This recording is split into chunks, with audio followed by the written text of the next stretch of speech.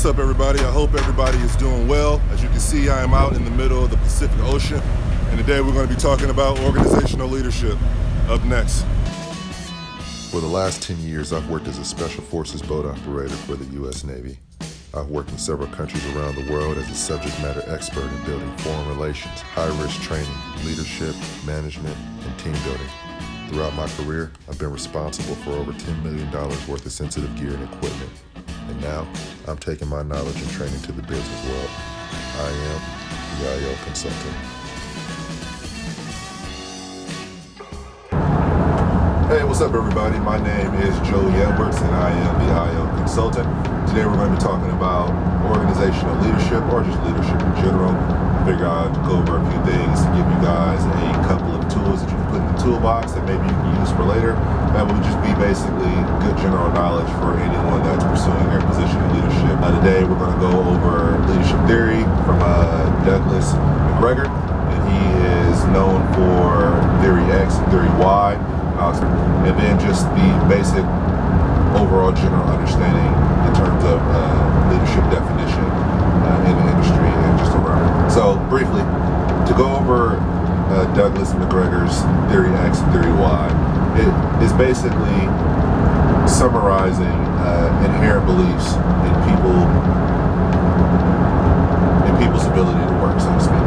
So Theory X is going to be a pessimistic viewpoint, and it suggests that people are not inherently motivated to work. Well, if you believe in that ideology, then it's going to affect the way you manage or you lead, obviously. If you're going to work believing that people in your department or just don't want to be there, they don't want to do anything, they're not motivated, then you're going to come into work feeling like, you need to be that person to motivate those individuals to actually get work done.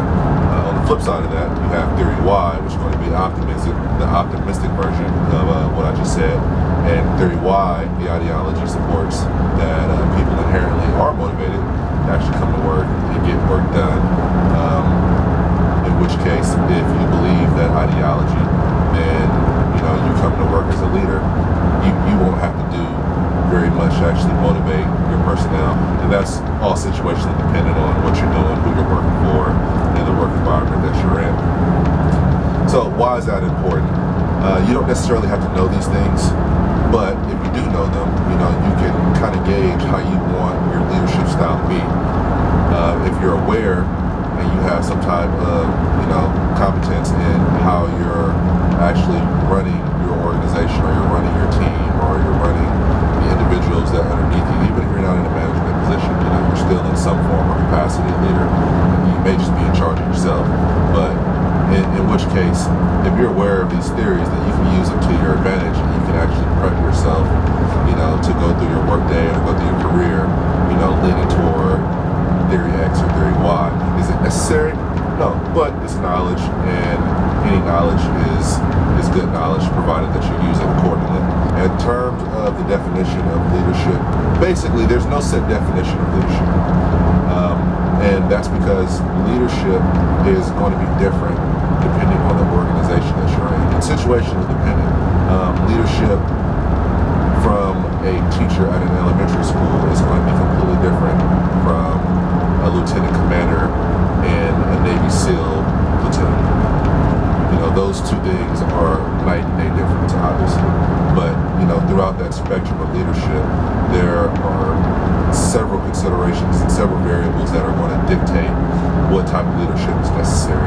And then also, within that spectrum, you have different types of competencies that apply to leadership depending on where you're at in the spectrum. Like you can have high emotional competence, you can have high mechanical competence if you're an engineer, for example, and etc. So there's really no set definition for leadership. What is important to acknowledge is that leaders have to be flexible.